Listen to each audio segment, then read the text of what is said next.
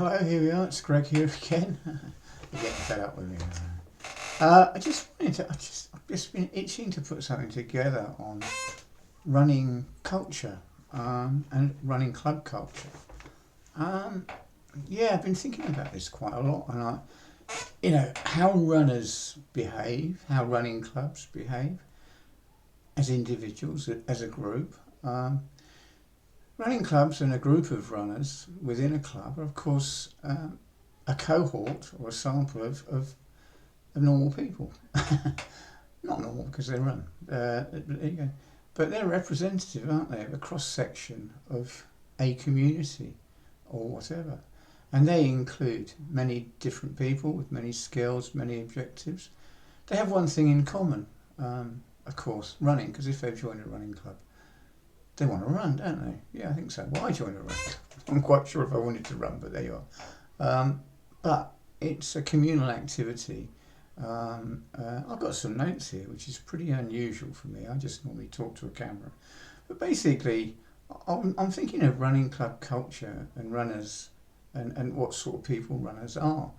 And of course, relating that to the sort of people that decide they want to get involved in activity related to the climate emergency. Runners in a way, I'm not sure if selfish is the right word, but runners are committed to running normally. Some runners I know are very, very committed to running and run very frequently. Some people, such as Damien Hall, who admits he's a running obsessive, and I recognise that within a group of runners, within a club, you do get what could be described as obsessive. I'm a moderate runner myself, due in part to age, but there's that strong desire to run, isn't there? And it's very strong. And I don't know if it's the endorphin syndrome, is it? But we all get hooked. I've been hooked on running. It gets to the stage where you think, if I don't have my run, I'm going to be all grumpy. Which is kind of understandable because it clears your brain, doesn't it? And the endorphins are supposed to cut in and give you all these lovely feelings of satisfaction.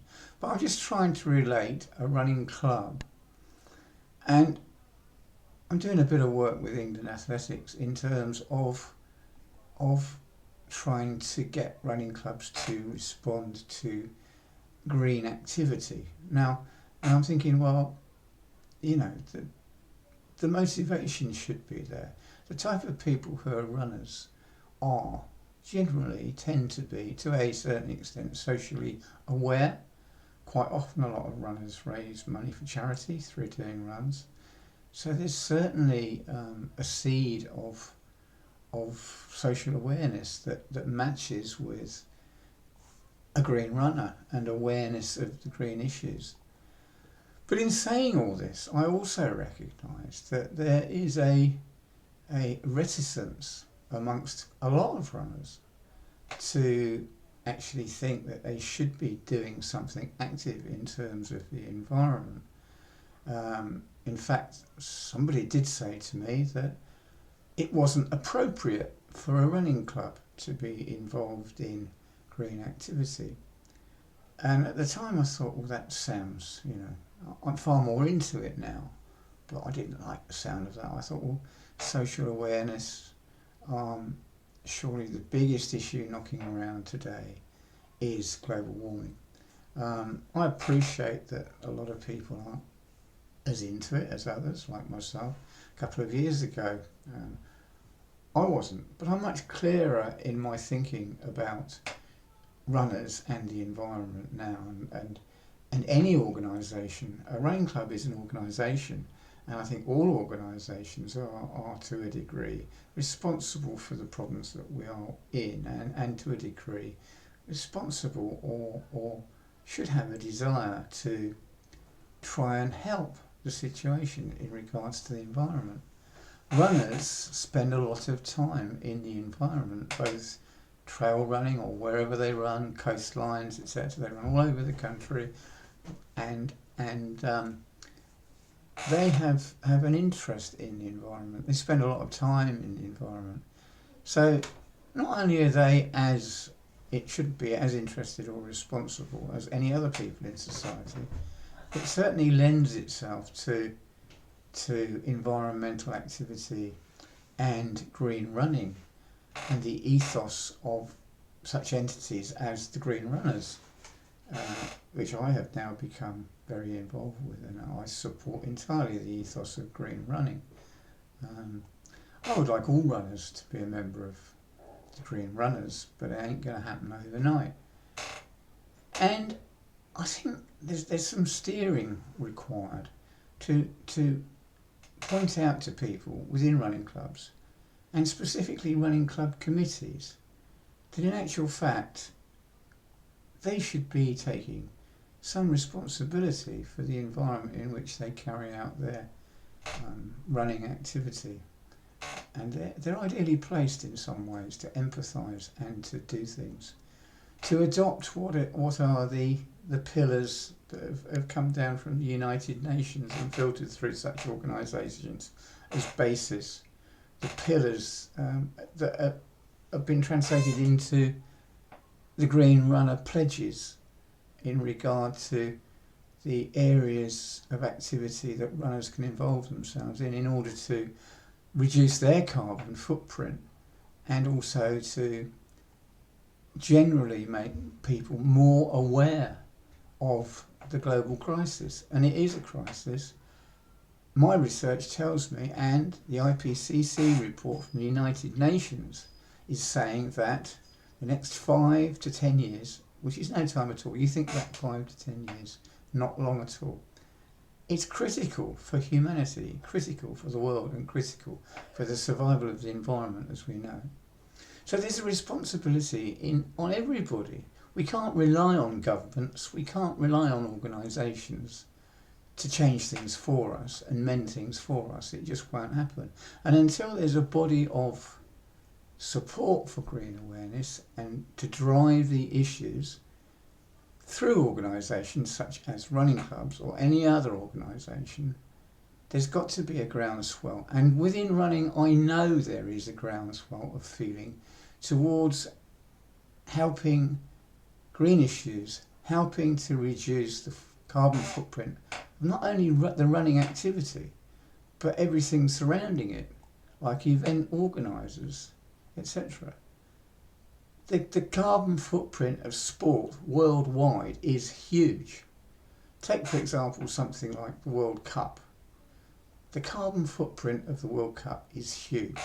Now, I'm not suggesting that small running clubs, average-sized running clubs, have anywhere near that kind of responsibility as large sporting events, but they do have a responsibility. And if they can take some initiatives in the green area and spread the word to their local community and be seen to be supporting the ethos of, say, the Green Runners, or at least green running, then there could be massive benefits. You imagine if every runner in the country adopted green philosophy and green activity, both clubs, committees and individual members. Wouldn't it be fantastic? You know, a movement for good. Something that there is a groundswell. There are huge numbers of people joining the Green Runners and other organisations, such as the one that has organised the recent relay, which is, we're running out of time. Other organisations such as the Olympic champions that have got together and call themselves Champions for Earth. There is a groundswell. And all runners and all running clubs, hopefully, will join that groundswell. Because it is important. It won't prevent them enjoying their running. In fact, it would, in my case, for instance, has given a lot of perspective to the running that I do. It's not spoiling a hobby. It's encouraging a hobby. It's encouraging a hobby of running, this great running hobby that we have, to help the environment. Now, within running clubs, going back to the culture, there is what I recognise as a kind of tribal aspect to any club, I suppose, not just a running club. There is a kind of danger that a running club will respond in a tribal way. In other words, they will be a running club, whatever they're called, and they will be tribal and very protective of their image. And this is where it leads to perhaps a view that can emanate from such organisations, that it's not in some way not appropriate to get involved in green activism or green running, etc. But in fact the opposite is true, because it fits exactly with a kind of ethos within running. Not everybody, but a lot of people, as I say, do raise money for very good causes, and this is no different. As I say, there is a danger that this ethos is rejected as part of a tribal type reaction where people are behaving as a club or an organisation and they are conforming to peer pressure, let's say. Something else in running is, and I'm sure we're all aware of, is faster, longer, more frequent, more obsessive, blah blah blah. Now it's only a small proportion of people that are ever going to run in the Olympics or ever going to run to a high level in ultras, for example. It's a minority. So what I'm saying is, don't take running too seriously. Okay, if you've got real potential, then fine, take it seriously. But let's not take ourselves too seriously as runners. Let's not eliminate everything else around us and just be runners and obsessed runners. There is far more going on, and there's a lot of direction that you can give your running by actively supporting green initiatives and helping the global climate emergency, which I know, my research tells me, and the IPCC report from the United Nations says, is in every sense an emergency. So what I'd say to running clubs, running chairmen, committee members is, okay, let's just kind of think outside the box a bit now.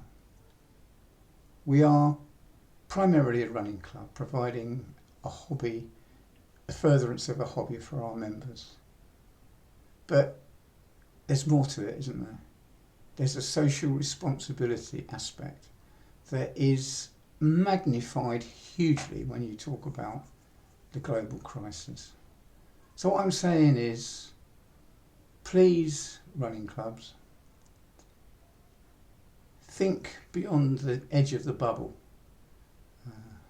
Come in, get involved, green running. It's something that we've all got to consider doing. Thanks for listening to me and allowing me to bore you yet again. All the best. Green running.